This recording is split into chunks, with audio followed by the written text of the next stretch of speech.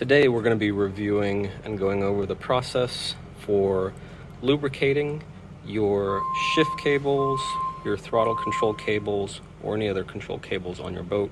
The same process would work on motorcycles, ATVs, anything that uses any sort of control cables.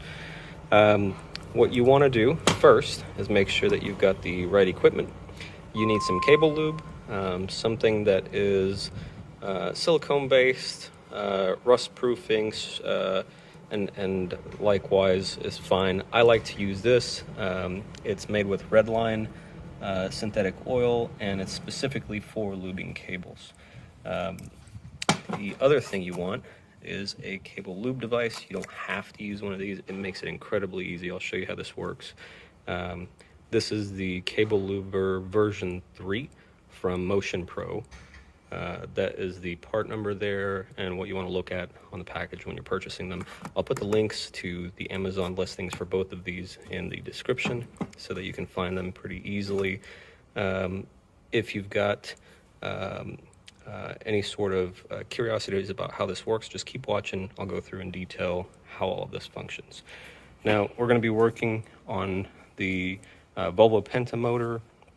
This is the same for any motor inboard, outboard, stern drive. As long as you got shift cables and throttle control cables of some sort, you need to lube them once a season, once every year. Most people don't touch them in their entire lifetime of owning their boats, and that's when you start getting the shift control and throttle control being a little tighter, those cables start to degrade, or there's internal rust in the sleeves, and they'll start to get a little grabby and not move as freely. So on this motor, I'm going to show you the demonstration on this particular control cable. That is the control cable for the throttle. As you can see, the line goes up there, wraps around, and goes to the front of the boat. And then from this lever here, it attaches to another bracket that is attached to the throttle body, and that's how your shift cables control different functions of your boat. This one's for the throttle body, and then there's another one that goes down there and goes to the outdrive and everything, and controls the shifting, which is forward, reverse, or neutral. So for the purposes of this video, I'm going to show you the demonstration on this cable since it's easier to get to. That one I'm going to do afterward. It's going to be a little bit of a pain to get to. So first thing we want to do, every shift cable, depending on the boat and the motor, is going to be attached a little bit differently. What you want to make sure you don't do, so this is the adjustment, the lock nut for the adjustment. This collar here can be screwed in further, out further. This is already adjusted. I don't want to mess with where the throttle cable is adjusted to, so I'm going to do my best to leave that alone. Make sure whatever your adjustment point is, if it's adjusted correctly and you don't have to do anything there, don't mess with it. Make sure you don't move it, and remember how it all goes together. So for this particular motor, I've got a C-clip, not a C-clip, a retaining clip here that goes through a hole. I gotta straighten that out right there, straighten it out, and then pull it out from the top. The washer pops out and the cable will come out. On other boats, you may have a lock nut, you may have some other sort of fastener that attaches and holds things in place. So I'm going to go and do that. I'm going to remove this retaining clip, pull it out, take the washer, make sure you don't lose them down in the engine bay anywhere, set those aside, and I'll show you what to do next. I've got the cable off of the attachment point there, and the next thing you want to do is make sure that your cable lubing device fits correctly. There is a rubber piece that goes inside here, this guy, and you want to pop that out. Just leave it out for the moment, and take the other two pieces, these two here, slide the wider collar over the cable, and then take this one and slide it in. And what you want to do is thread this on, and when you do, you want to make sure that the end of this guy here is past the sleeving. So our actual control cable, this is the point where the insert goes into the sleeving, and this section here will come out further and push in further depending on where our throttle position is.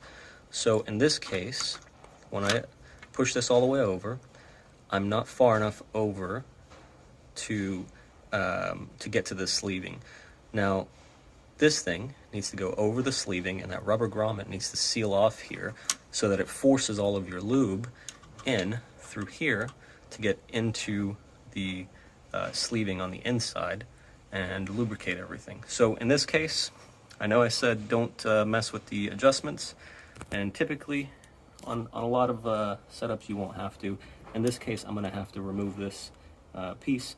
I'm going to mark the threads right here to let myself know where the adjustment was so that I can put it back just exactly how it was. But I'm going to need to remove this section so that I can push my lubing device further onto the sleeve and be able to get the lube into the sleeve instead of just on top of everything. So I'm going to go ahead and remove this this lock nut here. I'm going to have to loosen that and then unthread this guy here. Now that we've got the collar off, you can see we've got much shorter distance to cover.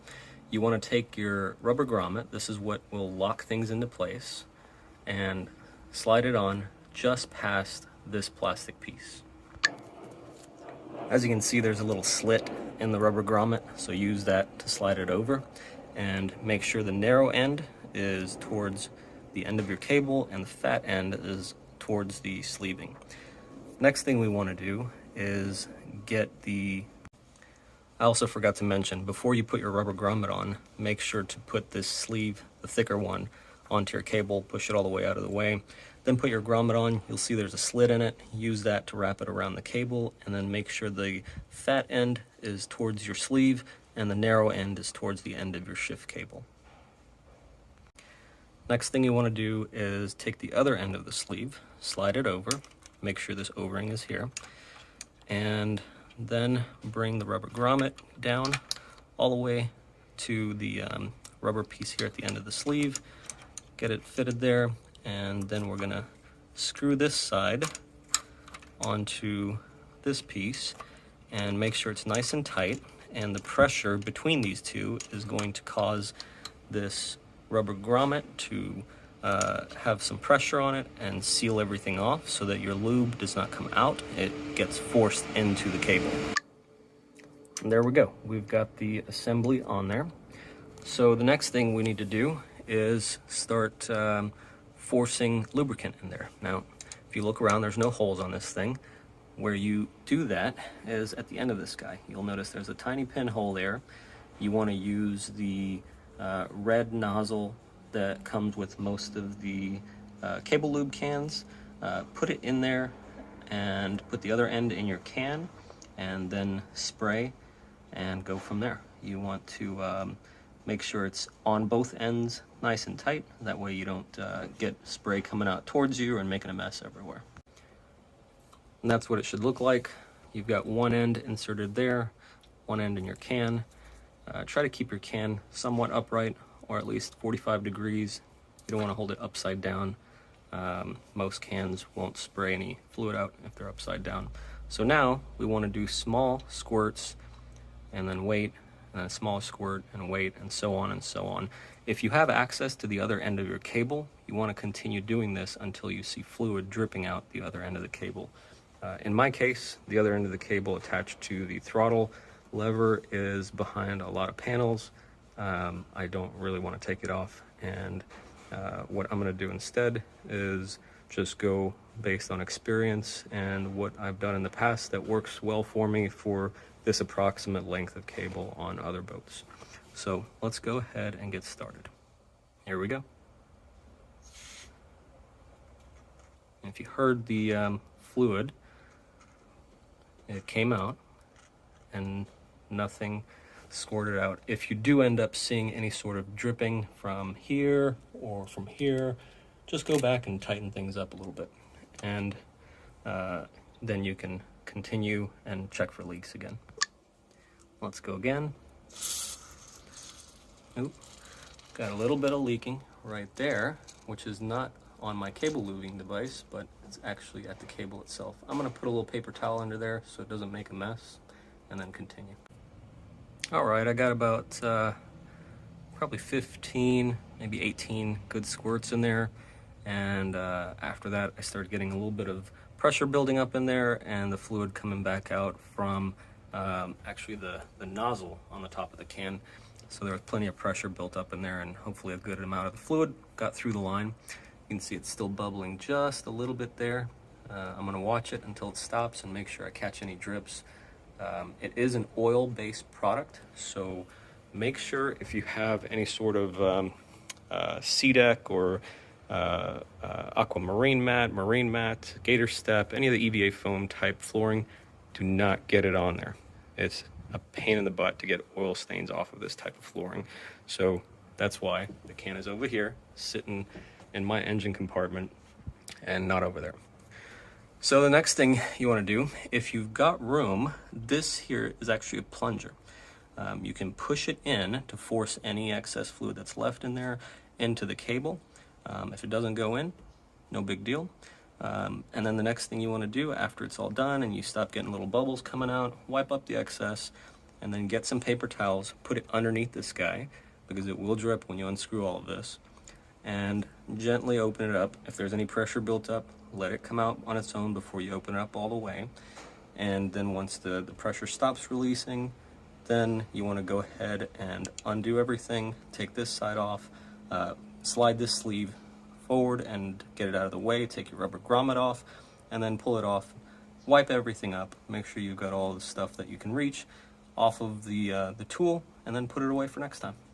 That's it. Hopefully you find this video helpful. If you have stuck or stubborn cables, or it seems like your throttle lever is really tight, this can definitely help. It's not always going to solve your problem, but in a lot of situations, it's just a matter of your cable not being lubed properly every season. Again, most people don't do it correctly, if at all. I've seen people own boats for 20 years and never having done this, and then they just replace the cables. If you do this every season, it'll lengthen the life of your cables. Your boat will drive much more easily as far as adjusting the throttle and the forward, neutral, and reverse functions if you have a separate lever for that. And it'll last much longer. So hope you enjoyed this video. If you have any questions, leave them in the comments below. Like, share, and subscribe, and see you next time.